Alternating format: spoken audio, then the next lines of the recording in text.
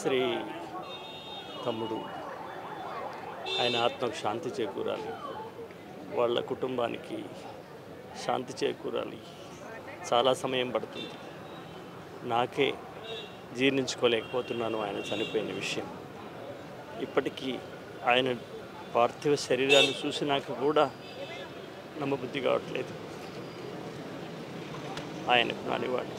మీకు ఆయనకు అనుబంధం 30 సంవత్సరాలు మనం ఒక మాటలో ఒక పూటలో ఒడిచేది కాదు. ఎలాంటి సాన్నిహిత్యం చాలా అన్నదమ్ముల సాన్నిధ్యమే. ఆయన వారం రోజుల క్రితం కూడా మా ఇంటికి వచ్చినాడు. ఆయనకు నాకు దాదాపుగా 30 ఏళ్ళ నుంచి సంబంధమే. ఆయన సినిమాలోకి రాకముందు, నేను సినిమాల్లో ఉన్నప్పటి నుంచి ఆయన మా ఇంటికి వచ్చేవాడు. నేను ఆయన కలిసి అమెరికా వెళ్ళాము, ఇంకెక్కడికో వెళ్ళాము. అనేకమైనటువంటి అనుభవాలు ఉన్నాయి. కొన్ని వందల వేల అనుభవాలు ఉన్నాయి. సభలే కాదు, దేశాలే కాదు, రాష్ట్రాలు కాదు, అనేకం ఆయనతో నేను కలిసి తిరిగాను. ఇవాళ మహానుభావుడు పోయాడు. అన్న ఆయన ఒక్క ఫోన్ చేస్తే కార్పొరేట్ హాస్పిటల్లో వైద్యం చేసుకునే పరిస్థితి. మరి ఎందుకు ఇట్లా ఒక 2 రోజుల నుంచి జ్వరం వచ్చినా కానీ హాస్పిటల్కి వెళ్ళలేదండి? మొండోడు చెప్తే వినడు, ఎవరు చెప్తే వినడు. భార్య కాదు, కన్న తల్లి, దేవుడు చెప్పినా వినడు. మొండోడు తను చెప్పిందే మనం వినాలి. మనం చెప్పింది ఏది ఆయన వినడు. ఆ క్యారెక్టర్ అట్లాగే వస్తుంది. అది 30 ఏళ్ళ నుంచి చూస్తున్నాను కదా, అలాంటి వాడు.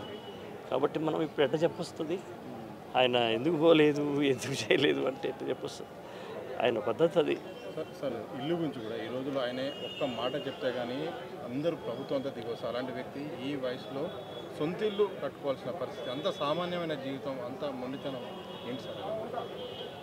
ఇప్పుడు ఒక్కొక్క మనిషిలో ఒక ప్రవృత్తి, ఒక ప్రకృతి ఎలా ఉంటుందో మనం ఎలా చెప్పగలుగున్నాను.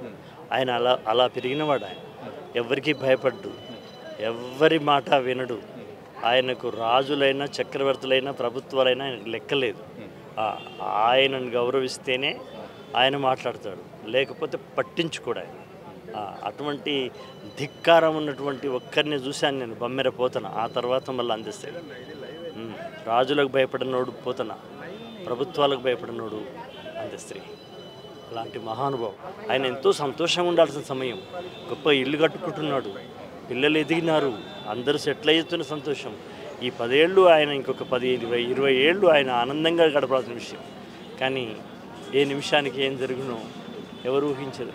భగవంతుని నిర్ణయం ప్రకారం పుడతాము, పోతాం.